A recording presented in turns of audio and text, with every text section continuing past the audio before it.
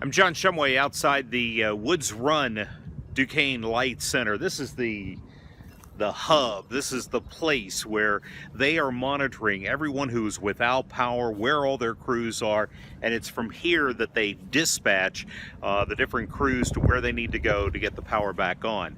Now, if you are one who doesn't have power at the moment, well, everybody understands how frustrating that can be. Let me just give you an idea of what they're going through here. And this actually extends. This is also true for West Penn Power and Penn Power. All the power companies basically do the same thing. And that is, they take a look at the outages and specifically what they can do to get the most number of people back on the quickest. So if they can change out a transformer and restore 20 homes, well, that's what they're going to do before they would deal with something that, say, was only 1 or 2 homes. And it's kind of like a triage situation where they, number one, worry about critical things like hospitals and water companies and infrastructure, things like that. And then they go to the residential and the businesses and they get them restored as quickly as possible. But this power outage and what we're looking at here because of the winds is so pervasive that we're talking about days before everybody's back in the power.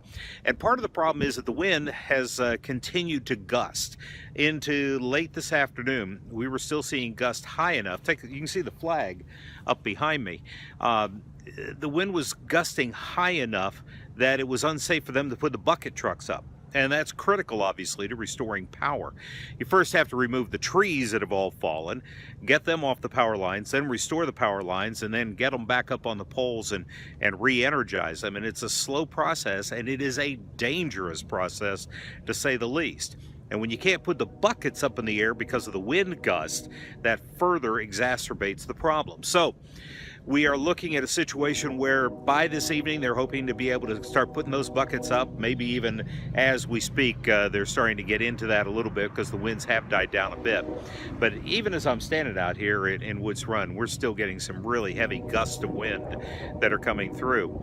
And when you're up on a power line, let me see, is there one overhead? Yeah, there's one overhead right here. Take a look. Let me see if I can show this to you. I'm not too sure how well you're going to see this. But when you see those 3 lines up at the top, that's basically electricity.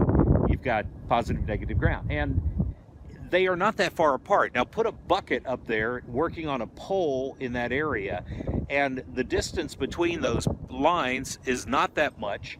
You get a little bit of wind and you get the bucket swirling around, and now you got a real risk to the workers. So that's why they are being extremely careful about this and going to make sure that when they get their people back up in those bucket trucks, that it is safe for them to do the work to restore your electricity.